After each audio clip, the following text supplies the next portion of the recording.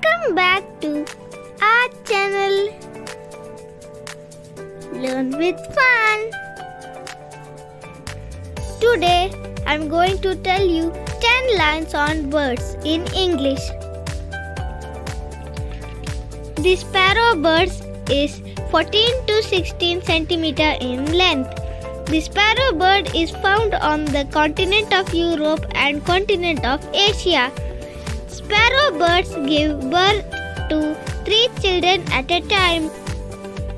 The main food of sparrow is grains, flowers and seeds.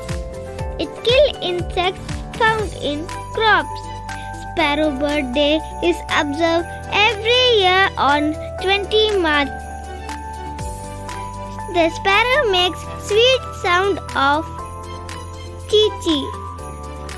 Sparrow bird travel many miles in search of food.